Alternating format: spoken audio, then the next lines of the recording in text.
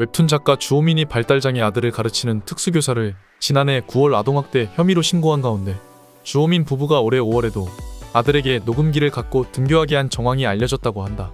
지난 28일 방송된 JTBC 사건 반장에서는 다른 학부모들이 주호민 아들의 학교 생활에 대해 주장한 내용이 전파를 탔는데, 한 학부모는 주호민의 아들이 2021년 입학했을 때부터 애들을 계속 때렸으며 주로 자기보다 작은 여자애들을 때렸다라고 주장했다.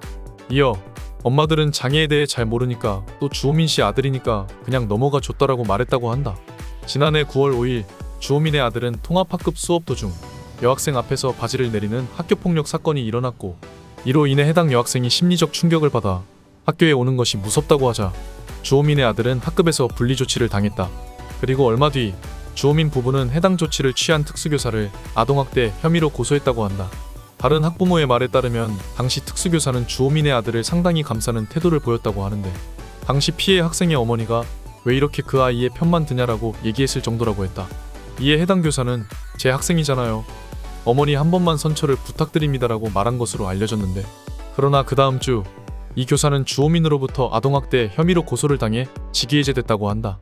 이와 관련해 주호민은 선생님을 들들 볶는 학부모가 아니다라고 입장문을 발표했는데, 그러나 이에 대해 다른 학부모는 아들 엄마가 학교나 선생님에게 주말이고 밤이고 연락해서 요구하는 사항이 너무 많았기 때문에 들들 볶은 거 맞다라고 증언했다.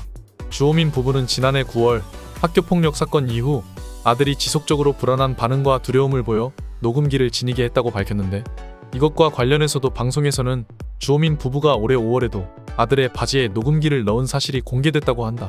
학부모들에 따르면 주호민 아들의 바지에서 녹음기가 떨어지자 다른 학부모들이 놀랐고, 주호민 부부는 이에 대해 활동보조 교사가 문제가 있어서 확인하려고 했으며 담임 선생님 쪽에서 이해해 주셨다라고 주장했다.